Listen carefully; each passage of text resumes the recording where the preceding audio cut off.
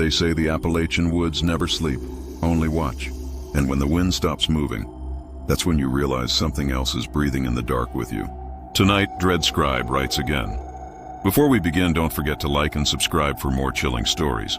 Drop a comment and let me know where you're watching from and what time it is. I love seeing where everyone is tuning in from. And if there's a story you'd like me to cover next, I'd love to hear it too. The Appalachian air felt heavier that evening, as though the mountains themselves were holding their breath. I'd been hiking since noon, tracing an unmarked ridge trail that hadn't appeared on any of my topographic maps. The fog rolled in without warning, a thick, milky veil swallowing the peaks and muting the forest into a world of whispers. My boots crunched over wet leaves, and somewhere beneath the weight of that silence, I felt watched. The woods here had a way of folding around you like fabric tightening around a wound. That's when I saw it, a lantern's glow bleeding through the mist. Not a flashlight, not a distant car headlight, but a soft, pulsing orange radiance that hovered low, steady as a heartbeat. It shouldn't have been there. This part of the ridge was miles from any maintained campsite. My first instinct was rational, a stranded camper, maybe a ranger. But curiosity, that dangerous human flaw, tugged harder than reason ever could. I descended toward the light, every step swallowed by fog until the trees blurred into silhouettes. The air smelled faintly metallic, like old iron and rain.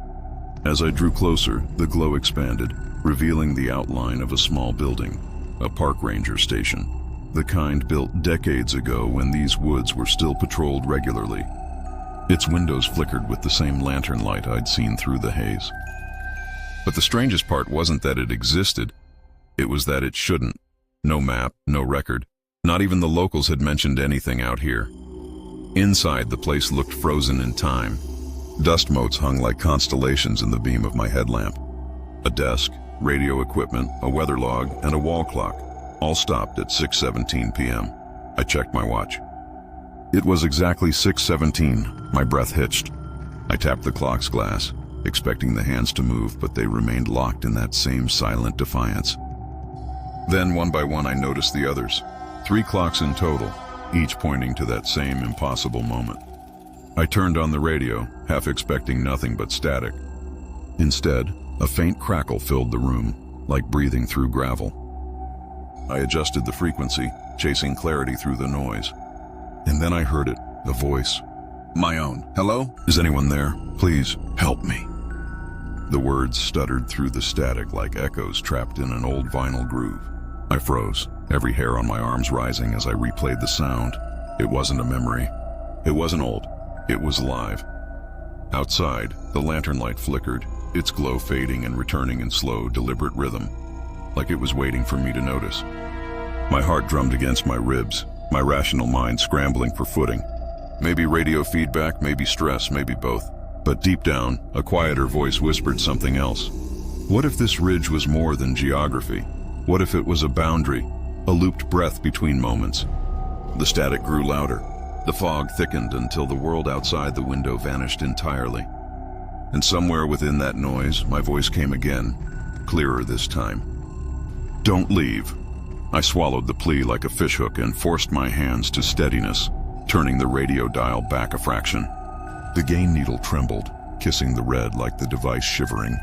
I spoke into the mic, careful and low, telling the voice that I heard it, telling myself it was an illusion born of skip propagation. Science is a ladder I trust, but in that room it felt like a rope over a well, frayed and slick with old water. The barometer on the wall ticked downward with soft clicks. Pressure falling meant weather, but the sound felt like a countdown. I scanned the logbook again. The weeks were neat until they weren't, handwriting dissolving into frantic slashes that resembled roots. A coffee ring stained the entry for 6:17 p.m. like a collapsed sun. But what the page didn't expect was my name drifting through the static again, split and doubled, as though bounced between mirrors. I asked the simplest question. The response came as a scrape. Then the lantern outside surged. I stepped to the window. The glow leaked around the curtains like syrupy fire, too bright for a wick that small. In the glass I saw my reflection, ghosted by fog. My breath fogged the pain and revealed for an instant the faint outline of another face, like a smudge left by a past traveler. Memory is a palimpsest. The woods are very good at rewriting. I needed bearings. I set my compass on the desk. The needle spun, jittered, and then pointed not north, but at the door. Metal filings in the pivot chattered softly, a trapped insect's prayer. I remembered my father teaching me to trust a compass as if it were a quieter heart. Trust, he said, until it points at something human. I opened the door. Fog pressed against it like damp cotton, and the lantern swung from an iron hook under the eave. Its flame hissed as though burning rain. I cupped it, expecting heat, but the glass was cool, a mouth without breath. Somewhere below the ridge, a stream murmured like a sleeping crowd. The path beyond the stairs looked rearranged, stones set like teeth. I took 3 steps, and the radio on my hip crackled with the dry wings of moths. My voice poured out again, stronger. Don't look back. The warning landed like a snowfall, quiet and total. But we always do, don't we, when a door closes behind us? The station's windows reflected the lantern and me as stacked silhouettes, pages of the same book fanned by wind. The fog breathed in. The ridge seemed to lift. The trees listened with their patient crowns. I started down the path, counting to steady myself, the numbers like fence posts. 10 paces, then 20. Around 30, the static faded, replaced by the smallest sound, a match striking silk. I kept walking because that is what you do when a mountain tests your story. Behind me, the changed air brightened my shoulders, as if hands had opened a curtain. The lantern's glow reignited, tender as a heartbeat. And I understood the ridge wasn't a place I escaped, but a moment I carry. Lit again each time I tell it, the storm came faster than the forecast promised. One moment the Appalachian sky was a bruised gray, the next it was all teeth. Rain slashing sideways, lightning stitching the horizon open. I'd been charting flora growth patterns along the upper ridgeline when my compass needle began to tremble, twitching like it sensed something I couldn't see. I needed shelter and fast. Through the curtain of rain, a shape emerged. A fire tower, skeletal and tall, its silhouette fractured by the wind. I shouldn't have been surprised. This region used to be littered with ranger outposts. But there was something oddly new about this one, as though it had been freshly built, yet forgotten in the same breath. The climb up the narrow metal ladder felt endless, each rung vibrating under my boots. The air smelled of ozone and rust, sharp as static. When I reached the top, the trapdoor gave with a moan, revealing a single-room cabin. Wooden floors, a cracked window, and a desk cluttered with radio gear. Lightning flashed through the glass, throwing the interior into a strobing blur of shadows and pale light. Everything inside was covered in a film of dust except for the radio, which was perfectly clean, as though someone had just used it. I found a weather log resting near the transceiver, pages yellowed but meticulously filled. The entries chronicled temperatures, wind speeds, and fire warnings. Then I noticed the dates, all perfectly consecutive until one skipped forward a week. The handwriting on that future entry was different. Sharper, quicker. It listed a new storm. This storm. And beneath it, my name.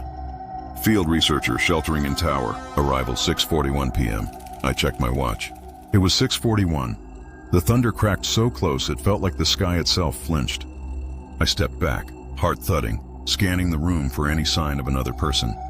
The air carried a faint scent of damp wool, as though someone had just taken off a soaked uniform. I found a ranger jacket hanging on a hook by the door, its fabric stiff with age. The patch was faded, the name tag worn to blankness. I whispered into the room, half out of fear, half politeness. Nothing replied, only the creaking tower flexing in the wind like an old ship. I flipped more pages. The entries shifted tone, becoming shorter, rushed. Mentions of light anomalies, signal bleed, and vocal interference. The last one stopped mid-sentence. Don't look out the... Lightning flashed again, and instinct pulled my gaze to the window. Beyond the fog and rain, a shadow moved along the tree line. Too tall, too still. It felt wrong. Not like a person, but like the idea of one, standing just at the edge of perception. I reached for the radio mic, hands shaking. Static hissed softly, rising and falling like breath. Then came a faint voice, barely audible under the crackle. Low, exhausted, and impossibly close. Still on duty, it murmured. Never clocked out. The signal died as thunder rolled again, the tower swaying under its own groaning weight. And somewhere below, Another flash illuminated the trees, but this time there were two shadows instead of one. One moment I was frozen, the next I was climbing down the tower, rain slicing across my face like glass. The forest below pulsed with light, not lightning but something slower, warmer, like the afterglow of a fire dying underground. I wanted to believe I'd imagined the shadow, that the storm and the altitude were playing tricks on my nerves. But when I reached the base of the tower, the mud carried prints, boots, old ones, deep enough to belong to someone heavier than me. The radio on my belt crackled again, not words this time, just breathing, uneven, human. I called out my location, thinking maybe there was another ranger trapped in this storm, someone still out here doing their job. The static bent and broke around my voice until a whisper bled through. "Check the log." I froze. My heart began to drum against my soaked jacket. The logbook was still upstairs. Back inside, the tower felt smaller, like the walls had shifted inward while I was gone. Water dripped from the ceiling, ticking in time with the thunder. I flipped to the last page I'd read. The sentence that had ended mid-word was now finished. "Don't look out the window. He's already inside." The wind howled through the cracks, but beneath it came another sound. The slow drag of boots across wood. I turned. The corner near the radio was darker than before, like the light refused to touch it. The shape that stood there was tall, rain-darkened, the faint outline of a ranger's coat clinging to its frame. Its face was indistinct, not hidden, but unformed, as though the air refused to remember it. Lightning flashed. For a heartbeat, I saw my own reflection in its place, the same jacket, the same wet hair plastered to my forehead. When the light died, so did the figure, leaving only the echo of dripping water. My rational mind clawed for footing, hallucination, fatigue, oxygen deprivation, but the air here didn't feel thin. It felt dense, as if filled with unspoken memories. I grabbed the radio again. "Who are you?" I whispered. The response came instantly, flat, distant, like a recording played too many times. "Still on duty." The same phrase as before, but now layered, my voice underneath it. I stared at the old ranger coat by the door, realizing it was dry, bone dry. I should have left then, but something anchored me. Maybe the need to prove this wasn't supernatural. Maybe the quiet terror of believing it was. I looked out the window once more, against every warning.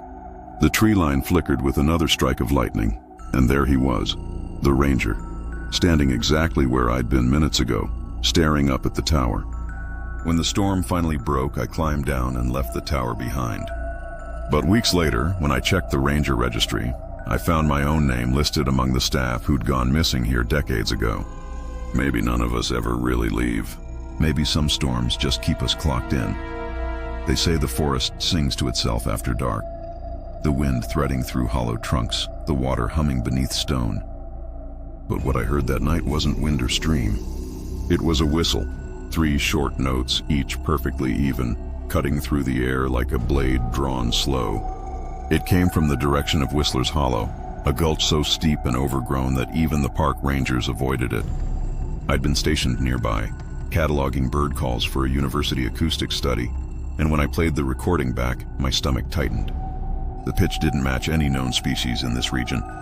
It was human, or something very close. The locals in the nearest town had warned me about that place. They said the hollow could mimic, that once it learned your voice, it could call you home. I laughed it off the way scientists do, kindly, dismissively, like superstition was a language I'd outgrown. But when the whistle returned the following night, same tone, same rhythm, my chest filled with that slow, creeping unease you can't put on paper. I adjusted my recorder's gain and checked for interference.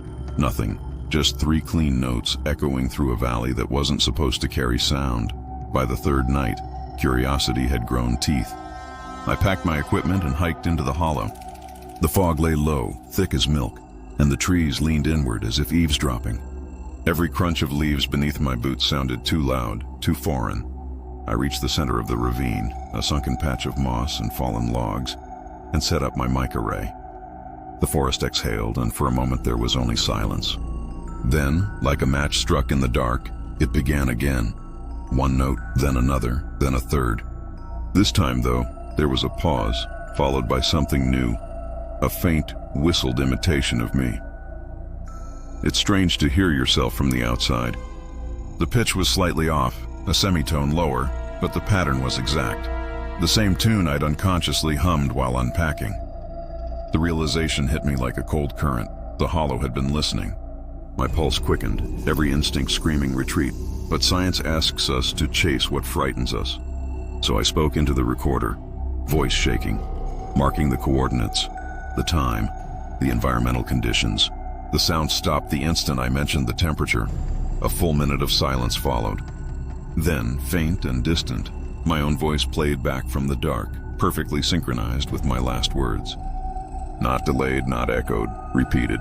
I spun in a slow circle, flashlight cutting through the mist. The woods were still. Too still. The trees seemed carved from wax, their branches glistening with cold sweat. The air smelled faintly metallic, like a wet coin pressed against skin. I backed away, careful, steady. My radio crackled, just static at first, until a pattern emerged within it. 3 soft notes. The same whistle. But this time it wasn't distant. It was right behind me. I didn't turn around right away. Some primitive part of my brain refused the command, as though acknowledging the sound would make it real. The whistle came again, slow, deliberate. The final note held just long enough to tremble against my eardrum. When I finally turned, the fog was so dense it looked solid, a pale curtain swallowing depth and distance. Nothing moved. No branches, no breath of wind, but I could feel it. The sensation of being studied, not with eyes, but with attention. The kind that maps you, learns your rhythm, your pulse, your sound. I forced myself to breathe. The recorder's red light blinked in the dark like a heartbeat, steady and unbothered. I lifted it, whispering time and coordinates into the mic. My own voice sounded small, paper thin, and then, half a second later, it answered back. My words, repeated in a whisper that came from every direction at once. Each syllable was warped, like they'd been filtered through water or distance. I stepped backward until my boot hit something soft. I looked down. The ground beneath me was littered with small trinkets, coins, buttons, pieces of cloth, even a cracked wristwatch. Its hand stopped at 3:11, the same time displayed on my recorder's timestamp. I swallowed hard, blinking rain from my lashes. My rational brain scrambled for explanations. Echo delay, sound bounce, acoustic reflections. But echoes don't mimic your breathing. They don't hum your tune back to you with perfect timing. A low gust rolled through the hollow, stirring the fog into ribbons. And for a fraction of a second I saw it. Not a person, not an animal, but an outline. A distortion in the air itself, as if heat shimmered where no warmth existed. The shape leaned slightly, listening. My chest tightened. I tried to speak, but my throat only produced a dry rasp. Then, clear as crystal, it whistled the 3 notes again. And my name. The syllables didn't belong in a whistle, but it made them fit, curling them into the melody like a mockery. Hearing your own name from something unseen is a unique kind of terror. Intimate, invasive, almost tender. I stumbled backward, nearly tripping over a root, and snapped off my recorder. The forest reacted immediately. Every sound stopped. No crickets, no wind, no running water. Just that electric stillness before something decides to move. I don't remember running, only the weightless panic of it. Fog tearing against my face, branches clawing at my sleeves. The whistle followed, sometimes far, sometimes impossibly close, weaving through the trees like a thread pulling me backward. My flashlight beam shook with my heartbeat. When I finally burst through the tree line, the air changed. It smelled alive again, wet bark, soil, pine. The whistle stopped. Days later, when I analyzed the recordings, I found no whistle. No mimicry, just silence and my own voice describing coordinates that didn't exist on any map. Still, every so often when I'm out in the woods, I catch myself humming 3 short notes without realizing it. The hollow's song with a storm that never reached the valley. Locals said lightning had struck near Blackroot Trail, a narrow switchback route that disappeared into the folds of the Appalachian foothills, and that a hiker went missing the same night.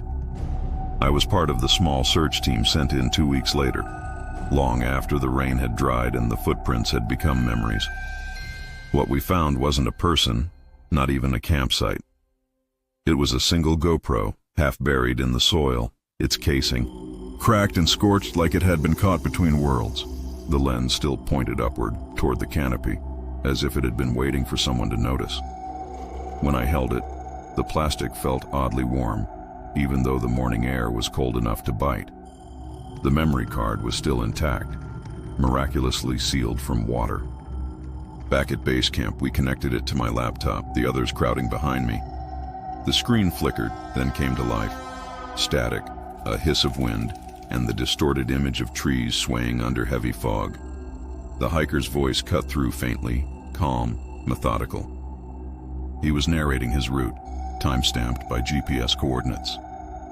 Everything seemed normal at first, the slow rhythm of a solo trekker talking to himself. But then the footage began to warp.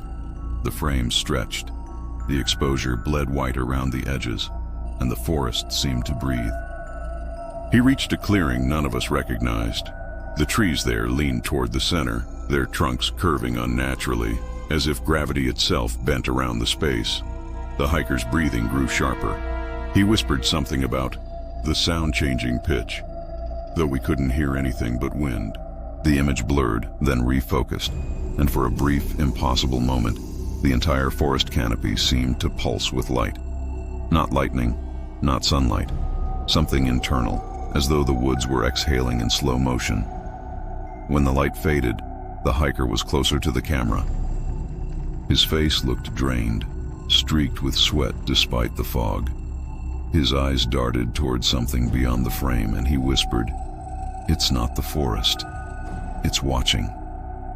The words were half choked, trembling not from cold but realization. He lifted the camera, panning toward the tree line. The motion froze mid-turn. The screen filled with static. Then darkness. I remember the silence that followed in the tent. None of us spoke for a long time. Finally, I scrolled through the remaining data, corrupted files, unreadable timestamps, all except one. The last clip had no audio, no date, no metadata, only 3 seconds of footage. A tree trunk, split open down the middle like a wound, something glinting faintly inside. A human eye. We packed up and left the next morning, but that night, as I reviewed the files alone, the static began again. Only this time, the hiss resolved into faint movement, my own reflection in the screen, watching from behind him. I didn't sleep that night. The rain began again around midnight, tapping against the tent with a rhythm that felt too deliberate, like someone drumming on the outside walls. I replayed the last seconds of the video until the screen blurred into ghostly shapes. Each time I paused on the reflection, I saw something different. First my own outline, then the faint shimmer of trees behind me, then nothing at all. By dawn, the others were already gone, the camp packed up in silence. I stayed. I told myself it was to double-check the site, but really, I needed to know if the forest remembered. The fog still hung low over Black Root Trail, wrapping the ground in a gray shroud. The air smelled of wet pine and something faintly metallic, the same tang I'd noticed when handling the camera. I followed the hiker's route from the GPS log, each coordinate pulling me deeper into the valley. The silence here felt heavy, not empty. Even the birds seemed to be holding their breath. I reached the clearing from the footage by mid-morning. The trees were just as they appeared on screen, bowed inward, their trunks warped like they'd grown in slow pain. I lifted my camera to take a photo, but the lens fogged instantly. When I wiped it clean, I noticed something new. Faint marks on the bark, circular and precise like burn rings. I knelt to inspect one, brushing my fingers across the grooves. Warm. Too warm. My radio crackled softly, a low hum crawling through the static. I turned the volume up and froze. The sound wasn't random. It was the same rhythm as the hiker's breathing in the footage. Slow, measured, uncomfortably close. Something about that cadence drew my attention upward. The trees seemed taller. Now, their shadows thicker, folding into one another like ink poured into water. A branch snapped behind me. Not the dry pop of wood, but the wet sound of something tearing. I turned, expecting to see a deer. Instead, I saw movement, not shape, just movement. Something sliding between the trees, bending the light around it like a heat mirage. It paused. The forest held its breath. The radio hissed again, and this time a voice whispered through. Not the hikers, mine. It's not the forest. It's watching. The same words he'd said before vanishing. My pulse hammered in my throat. The camera in my hands vibrated, its frame buzzing like a trapped bee. The lens glowed faintly from within, flickering once, twice, then displaying an image that wasn't what I was seeing. It showed the clearing as it had looked earlier, but there was a new detail, a figure standing exactly where I was now. I dropped the device. It hit the ground and went dark, but the image burned behind my eyes, etched into memory. I didn't wait to retrieve it. I ran until the fog thinned, until the air smelled like rain instead of metal. Later, when the recovery team went back for my dropped equipment, the footage was gone, but the final file on the drive was new. A still frame of the clearing, shot from the same angle as before. Only this time, the figure was gone, and the trees were facing outward, as if they'd turned to watch whoever came next. The first time my GPS glitched, I thought it was just the mountains interfering with the signal. The Appalachian ridges are notorious for bending radio waves, swallowing cell coverage, and making compasses spin. But this wasn't that. My screen didn't lose signal. It changed coordinates entirely, shifting my position 10 miles south in the blink of an eye, though I hadn't moved an inch. I remember standing in that dense corridor of trees, the air still and heavy, the soil spongy beneath my boots. The forest around me was motionless, yet my GPS kept spinning, recalculating routes that didn't exist. I'd come out here to map a new hiking trail for a navigation app, tracing old ranger routes from the 1970s. My job was to ground truth the coordinates, walk the path, mark obstacles, and feed the data into a digital map. It was supposed to be easy work. But on my third day, the forest began folding in on itself in quiet, invisible ways. I'd pass a rotted log, turn left, and find the same log again. The same pattern of moss, the same bent nail embedded in the bark. I told myself it was fatigue, that I'd just circled back, but when I checked my tracker, it insisted I'd moved straight north for 2 miles. The deeper I went, the worse it got. Compass readings inverted. My topographic overlay showed elevation climbing even though I was clearly descending. Every landmark repeated, like I'd been dropped into a mirrored maze. I even marked a rock with chalk to test my sanity, only to find another with the same mark hours later. But the real fracture came at noon, when the GPS map flattened entirely. Contour lines vanished, replaced by a blank grid. The device beeped, displaying one word across the screen: recalibrating. The forest grew unnervingly quiet, as if holding its breath. I could hear my own heartbeat under my jacket. Then, faintly, I noticed something strange. A low humming sound, rhythmic, mechanical, but distant. Not wind, not insects. A frequency that seemed to live beneath the ground, pulsing at intervals too precise to be natural. I set my equipment down and crouched, pressing a hand to the dirt. It vibrated, softly at first, then stronger, like the earth itself was exhaling. When I looked up, my GPS screen flashed again. The coordinates now placed me 40 miles west, at a point I recognized from another mapping session months earlier. That wasn't possible. My hands shook as I tapped the compass overlay. The arrow spun slowly, then stopped, not pointing north, but toward the sound. The hum deepened, echoing faintly through the roots and stones. A single word scrolled across the screen: follow. I don't remember deciding to obey it. I just walked. The trees thinned, and the forest light shifted to a bruised green, the air dense with static. Every few steps, my GPS pulsed red, like a heartbeat sinking to mine. And then, somewhere between one breath and the next, the trail ended, abruptly, completely. The terrain dropped into a ravine that didn't exist on any map, my coordinates resetting to 0.00, 0.00, and somewhere in the distance, the ground zeros until the screen dimmed and the signal died. My map, my compass, my backup tracker, everything flatlined at once. The forest around me felt heavier, as if gravity itself had deepened. I should have turned back, but curiosity is a kind of sickness, and I'd already caught it. I descended into the ravine, my boots slipping on the wet soil. The air was colder down there, tinted with the metallic scent of rain and stone. The hum I'd been hearing wasn't underground anymore. It was everywhere, humming through the air, vibrating in the trees, resonating inside my chest like an invisible heartbeat. Halfway down, I found a clearing. Perfectly circular, about 30 feet across. No trees, no moss, just smooth earth, dark and glassy. My first thought was lightning strike, vitrified soil from an old impact. But the pattern was too symmetrical. I checked my watch. The hands were spinning backward. My reflection stared up faintly from the slick ground, distorted like a face seen through water. I lifted my GPS, praying for a signal, and nearly dropped it. The device flickered to life, but it was displaying a live map. Not of terrain, of me. A red dot pulsed at the center, but it wasn't static.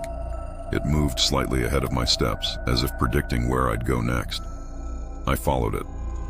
Every step I took, the dot shifted further forward like a lure. My breath came ragged.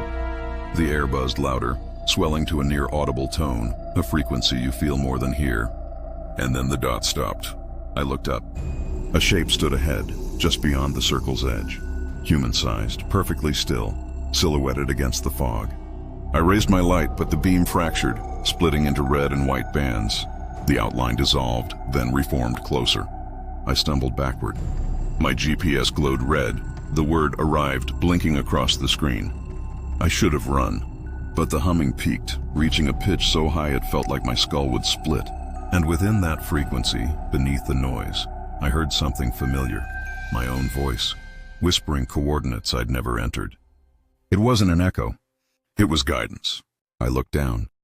The display now showed a single new point labeled exit far to the north. Relief washed over me. I sprinted toward it, clutching the device like a lifeline. But the forest didn't stay still.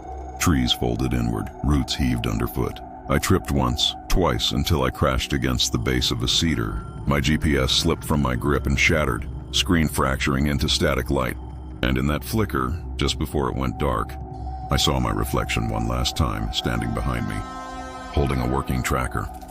When I finally found the highway hours later, my coordinates synced perfectly to where I'd started that morning. Every route I'd mapped since has behaved normally. But sometimes, when I zoom out far enough, I notice a faint red dot blinking in the corner of the map, always moving just a little ahead of me, as if it knows the way better than I do. The smoke reached me before the sight did. A thin gray column rising from somewhere deep in the Appalachian backcountry, straight as a signal flare against the dusk. I'd been hiking for hours without passing another soul, so when I saw the faint orange flicker between the trees, my first thought was relief. Fire meant people, safety, maybe even company. But as I drew closer, that relief thinned into confusion. The light didn't waver like a normal campfire. It pulsed, slow, rhythmic, almost breathing. The clearing appeared suddenly, carved into the hillside like a wound. At its center, a fire burned in a stone pit, flames the color of rust and gold, throwing light across a circle of empty folding chairs. The ground around it was littered with half-melted objects, metal cups, flashlight casings, and one pair of boots turned neatly toward the blaze. There were no footprints leading in or out, no sound except for the steady crackle. I called out, waiting for an answer that never came. The woods just listened, as if my voice had been absorbed by the air itself. I approached slowly, every instinct torn between fascination and caution. The fire gave off no heat. I reached my hand closer, expecting warmth, but the air was cool, almost cold. The logs at the center were blackened, but never seemed to break down. No ash drifted upward. No smoke stung my eyes. It was like watching a recording of a fire, looping endlessly in place. My radio crackled on my hip, just static at first, then a low hum that built into something rhythmic, like the sound of breathing through a mask. I turned it off. The hum continued anyway. I knelt near the boots, their leather stiff with old soot, and brushed away a thin layer of dust. They were dry, too clean for something abandoned in the rain. I looked up and for the first time noticed that the fire wasn't the only thing glowing. The stones that circled it shimmered faintly, veins of red light pulsing beneath their surfaces in sync with the flame. I reached out to touch one. It was warm, finally warm, and beneath that warmth, a slow, steady thrum. Like a heartbeat, the forest around me darkened faster than it should have, the way it does before a storm or an eclipse.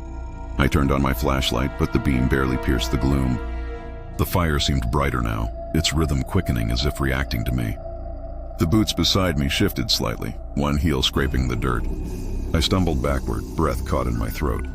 The fire snapped once, sending a shower of sparks spiraling upward.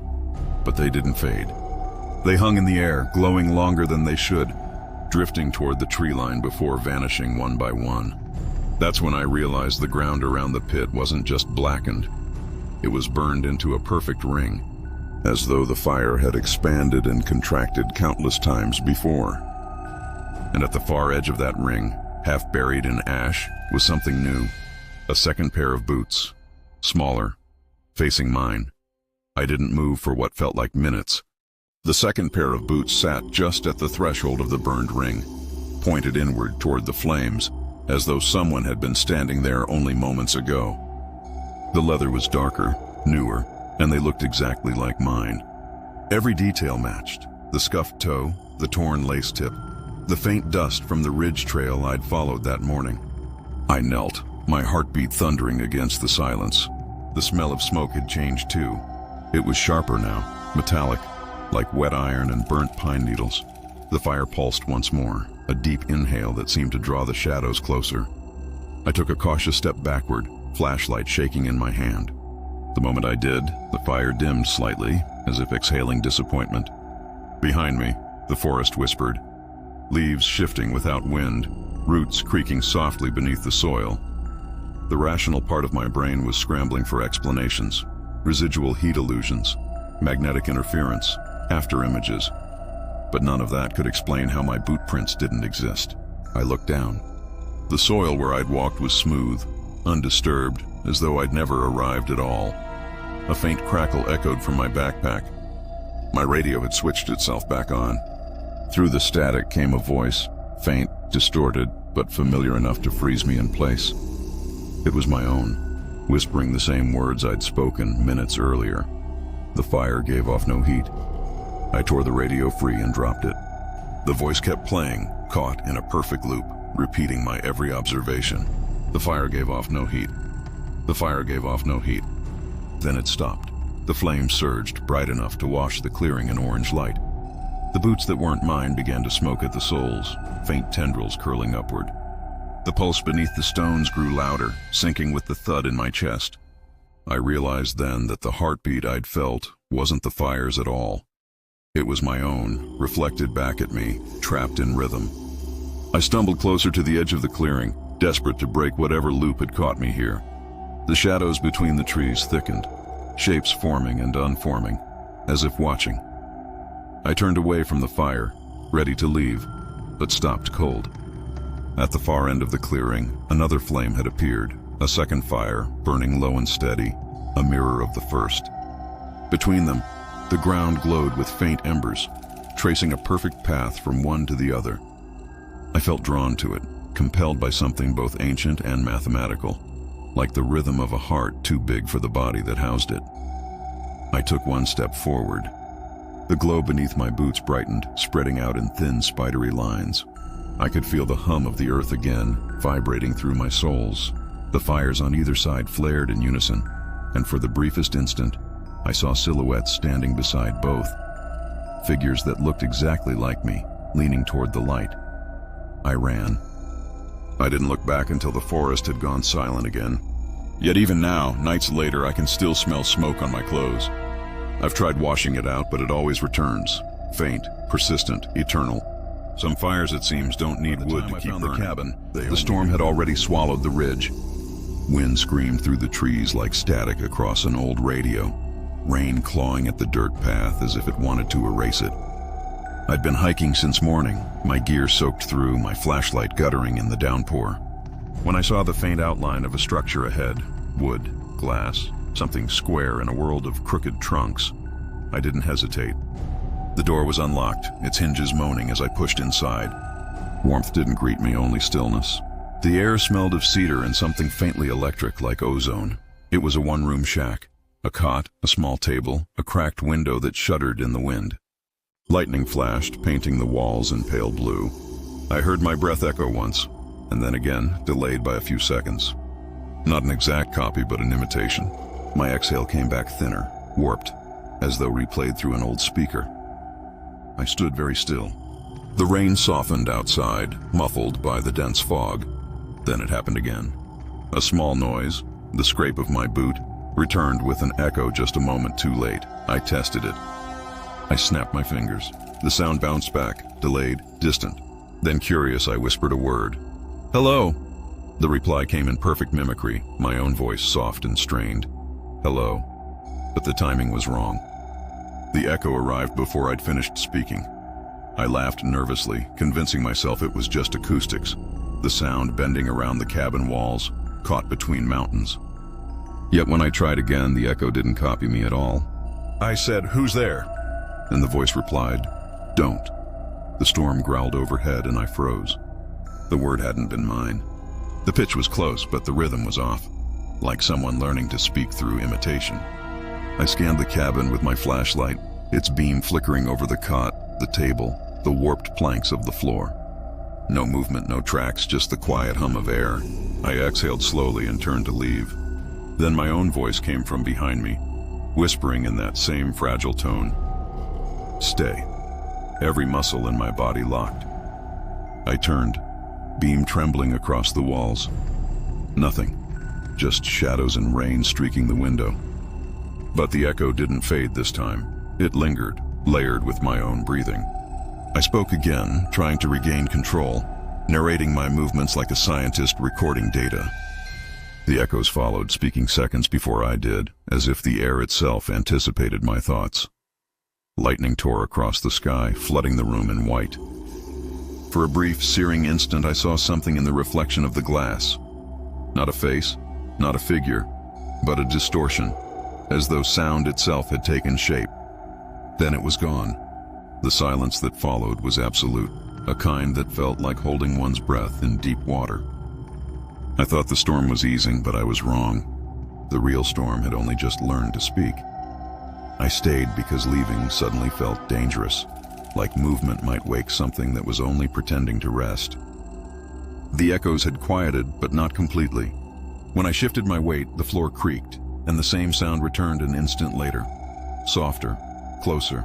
I told myself it was nerves, that my brain was misfiring the way it does in sensory deprivation.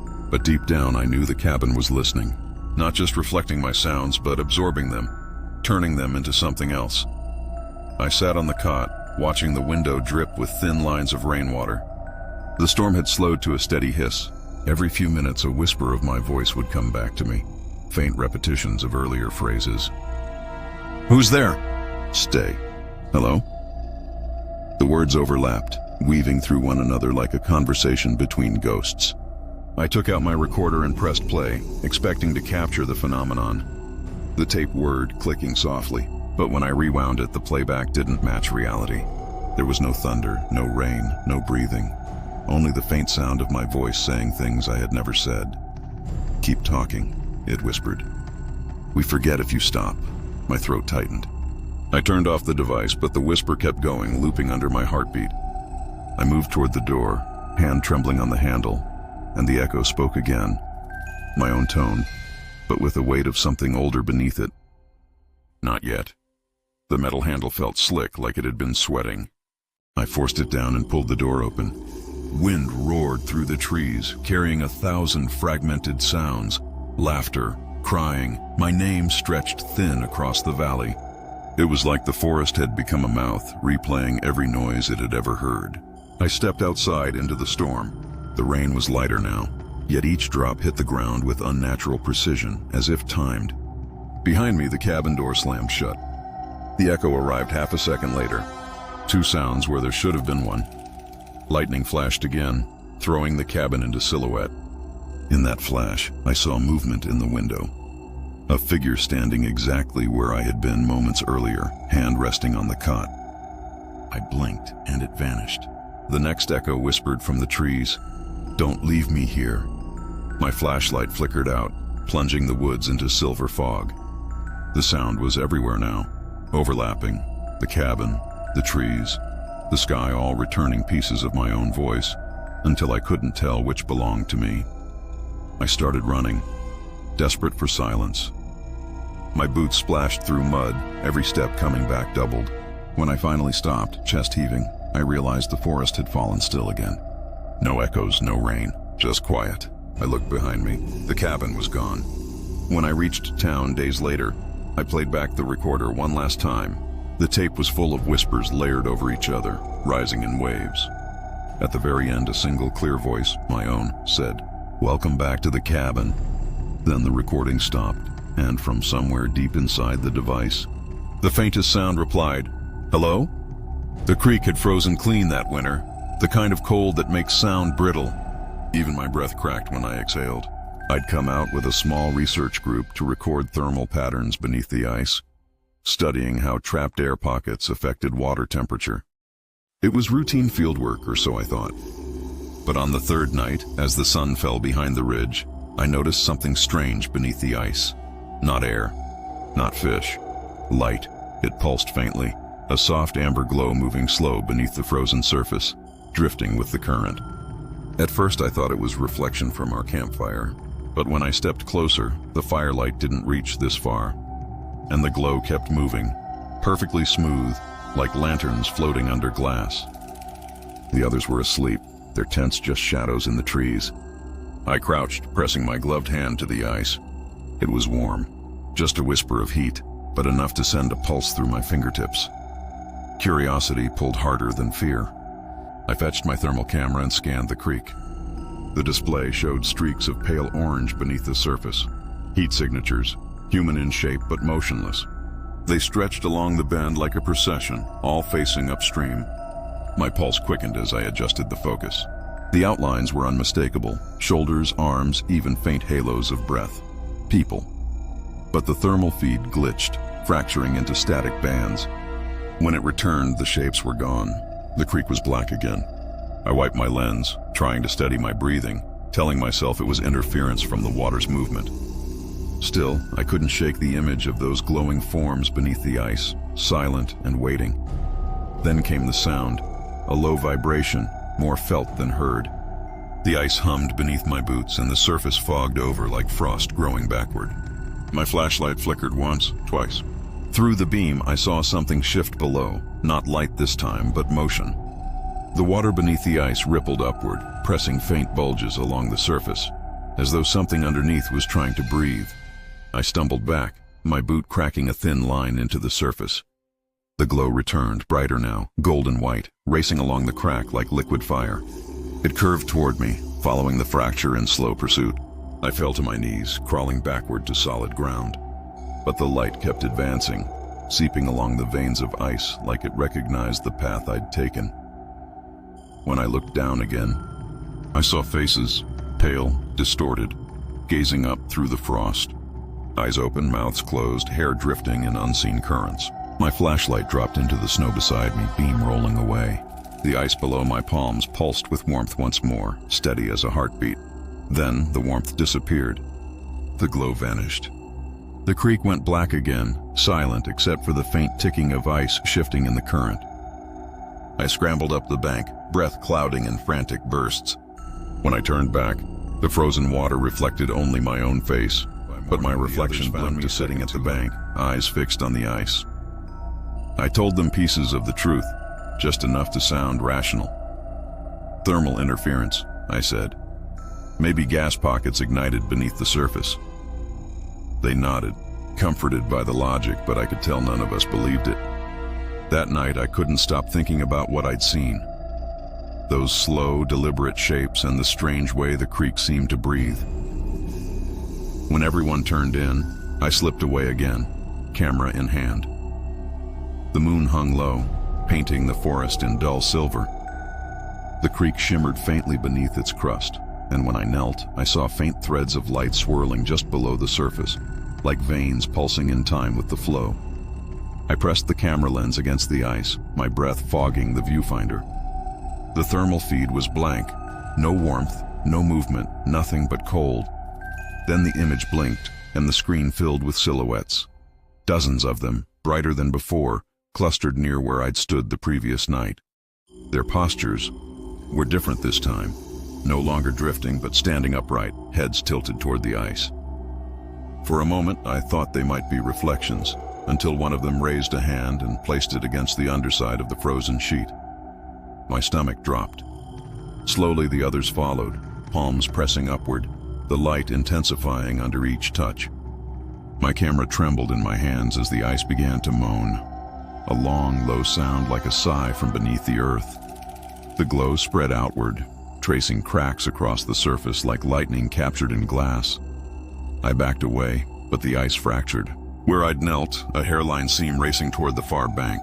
My breath came fast, white and shallow. I should have run, but I couldn't. Curiosity pinned me where I stood. Beneath the surface, the figures moved in unison, flowing together until their shapes blurred into one great shifting light, pulsing faster, brighter, like a heart preparing to burst. The moan rose into a shriek and the ice gave way. Water exploded upward, freezing midair into shards that glittered like falling stars. I stumbled backward, hitting the ground hard. For a second, I thought I saw faces in the mist, human, luminous, mouths open in silent release. Then the light collapsed inward, sinking back beneath the dark. The air stilled. The creek refroze in seconds, as if time had snapped shut. When I finally gathered the courage to look, the surface was smooth again, seamless. My camera lay beside me, lens shattered, memory card missing. But where I'd been kneeling, a faint circle of frost remained, perfectly round, still warm to the touch. Weeks later, I sent my report. No anomalous thermal readings detected. But at night, when I close my eyes, I still see those lights pulsing in the dark water. Sometimes I swear I hear that soft hum rising from the sink in my cabin, a faint vibration beneath the floorboards, the creek calling from somewhere far below, waiting for ice to break again. The mountain didn't feel alive when I first arrived. It felt hollow, a sleeping thing made of stone and silence. I was part of a geology team studying subsurface tremors in the southern Appalachian range, a quiet stretch where the bedrock occasionally groaned but never broke. We were there to install sensors, log vibrations, and move on. Nothing paranormal, nothing poetic.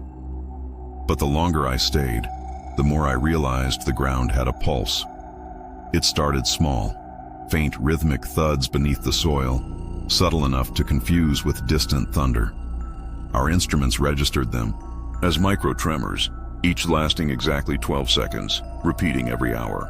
Too precise for nature, too quiet for machinery. I remember standing on the ridge at dusk, the sun slipping behind the peaks, when the vibration rolled through my boots. It wasn't random, it was steady, like a heartbeat. That night, I replayed the seismic data. The sound patterns didn't look like earthquakes. They looked like breath, deep, deliberate inhales and exhales mapped into the earth. My colleague, Dr. Adler, laughed it off, calling it topographic echo. But when we placed another sensor deeper in the valley, the signal grew stronger. The earth wasn't echoing, it was speaking. The next morning, we followed the readings down a narrow ravine, frost crunching underfoot. The forest was silent, birds long gone for winter. We set up 3 microphones, one at the base of the ravine, one halfway up, and one near the ridge.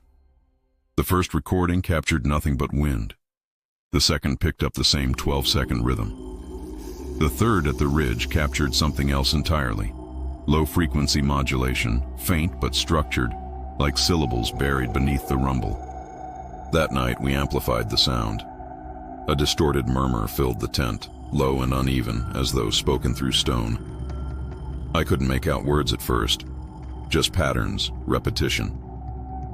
Adler joked that the mountain was trying to talk us into leaving. But when I slowed the playback, spacing out the frequencies, the syllables took shape.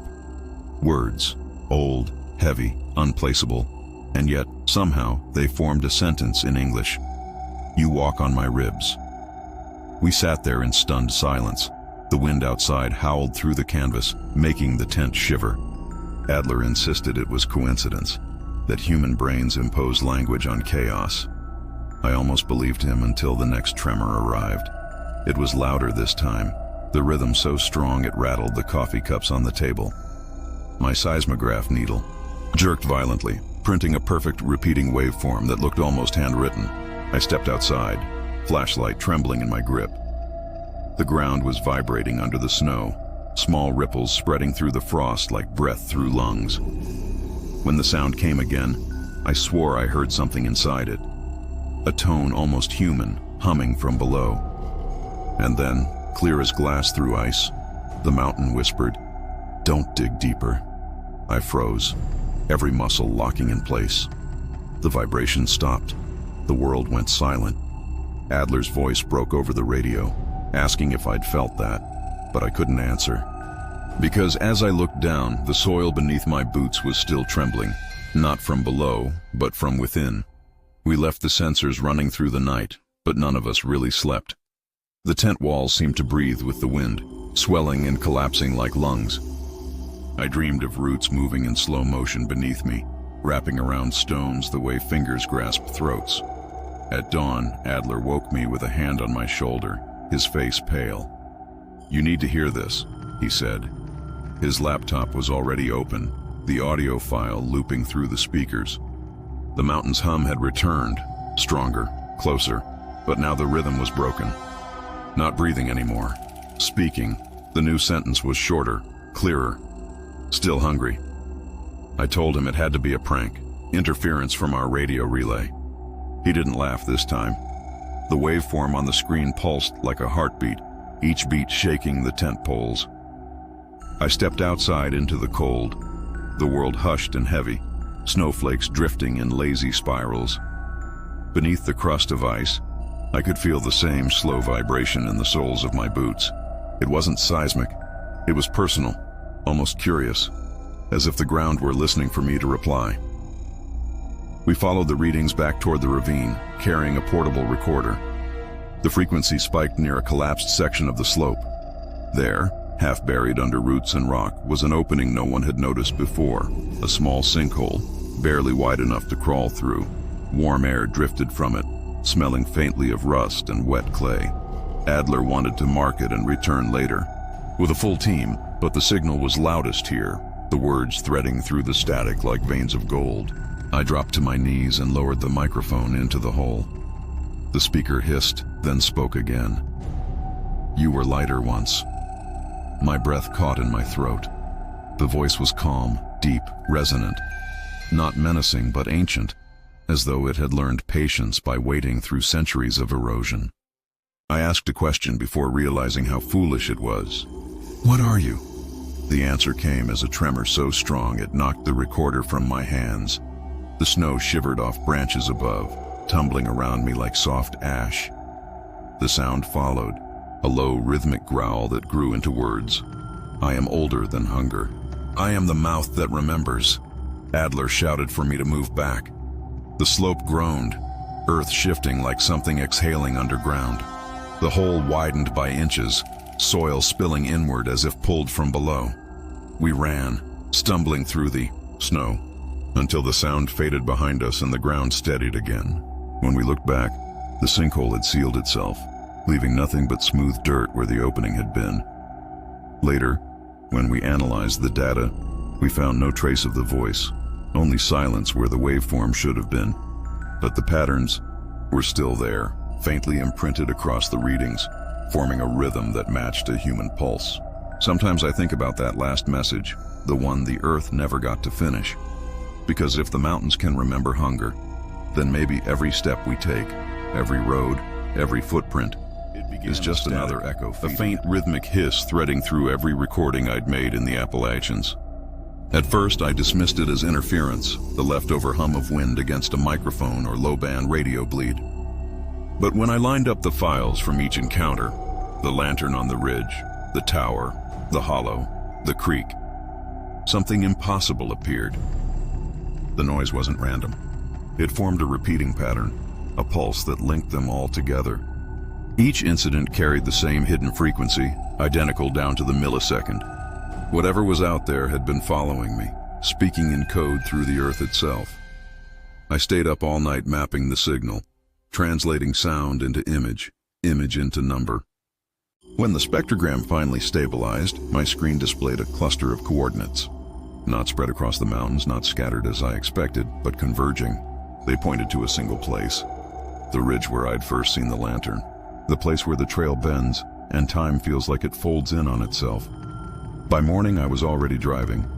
The radio hissed with faint whispers as I climbed higher, every mile cutting me off from the world below. Snow began to fall in soft sheets, muffling the road. My GPS flickered between routes, confused by phantom coordinates that rearranged themselves faster than it could keep up. When I finally reached the familiar trailhead, the fog was waiting for me like an old friend. It wasn't just mist and it had texture, weight. It felt like stepping into a memory. The path was almost gone, overgrown since I'd last been here, yet somehow I recognized every turn. The forest carried a strange silence, as though all the echoes of my past journeys had gathered here, holding their breath. My recorder crackled against my chest, the static rising and falling in perfect rhythm with my heartbeat. For the first time, I wondered if it wasn't recording me at all, if it was playing me back. When I reached the ridge, the lantern was there. Same faint glow, same impossible steadiness, flickering in defiance of the wind. It swung gently from a branch above the overlook, its light casting long, shivering shadows across the snow. I took a step closer. My radio clicked once, then fell silent. The fog swallowed everything. I stood beneath the lantern, staring into its glow. The flame burned motionless, its color neither orange nor white, but something in between, a shade that shouldn't exist. The air shimmered faintly, vibrating like the pause between radio transmissions. Then the static returned, sharper now, rising from my recorder in waves. Words formed within it, my own voice threading through the distortion. I told you not to leave. My breath froze in my throat. I turned the recorder off. The static continued anyway, spilling from the air around me like a transmission with no source. Then faintly beneath the noise, another voice joined, deeper, slower, not human. Final signal inbound. The lantern's light brightened until the forest disappeared into a white, humming void. And somewhere in that silence I heard myself whisper, "I've been here before." The brightness faded slowly, not like light dimming, but like a veil being pulled back. When the world returned, I was standing in the same place. The ridge, the fog, the lantern. But everything felt doubled. Every sound had a faint echo, every shadow a twin. My own breathing came back half a second later, like the forest was breathing with me. The recorder in my hand blinked to life again, though I hadn't switched it on. Its display showed a line of text scrolling across the screen. Signal received. Continue transmission. A cold wind surged through the trees, carrying that same rhythmic static I'd heard across all my journeys. Only now it wasn't hiding in the background. It was the background. A single endless frequency vibrating through the soil, the air, even the space between heartbeats. I spoke softly, half to myself, half to whatever was listening. "What do you want from me?" The recorder answered with my own voice. "Closure." The lantern pulsed once, its glow sinking to the same beat as the signal. My surroundings flickered, and for a heartbeat I saw layers of the forest folding into each other. Places I'd been before. The ranger tower, the hollow, the creek. They shimmered like overlapping film reels, their ghosts superimposed on the trees. I realized then that this ridge wasn't just a destination. It was the axis. Every path I'd walked, every anomaly, every whisper had been circling this point. The forest wasn't haunted by something else. It was haunted by me. The radio on my belt crackled to life. A voice emerged, steady, familiar, exhausted. "You're almost done," it said. "Finish the transmission." My stomach dropped when I recognized the tone. It was me, older, raspier, recorded from somewhere ahead of time. I wanted to run, but where could I go? The GPS still showed the same impossible coordinates. 0.00000. I held the recorder closer, and the static deepened into a sound like distant breathing. Each exhale stirred the fog, shaping it into vague outlines, forms that looked like people but never fully materialized. They stood along the ridge, motionless, silent, their edges dissolving into the mist. I whispered, "Are you the others?" The air vibrated in answer. We are the signal. You are the voice. The ground shuddered once, gently, like a final heartbeat. The lantern's flame flared, then turned blue. All around me, the fog folded inward, curling into a spiral that led toward the light. My recorder's screen blinked one last message. Transmission complete. Signal looped. I stepped toward the lantern, unable to stop myself. The closer I got, the warmer the air felt. Not heat, but recognition, like standing near your own reflection. My last clear thought before the light engulfed me was that maybe none of us ever leave these woods. We just keep sending ourselves back until we finally understand what we became. Weeks later, rescuers found my recorder half buried in snow, still playing. The voice on it wasn't mine anymore. It was calm, patient, almost human, describing a hiker on a ridge, holding a flickering lantern, calling into the fog. At the end of the tape, a single phrase repeats, softer each time. Signal received. Dreadscribe out. Subscribe, if you dare.